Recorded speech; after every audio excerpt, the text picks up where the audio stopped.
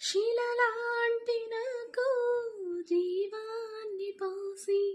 కలలాంటి బ్రతుకు కళతోటి నింపి వలపన్న తీపి తొలిసారి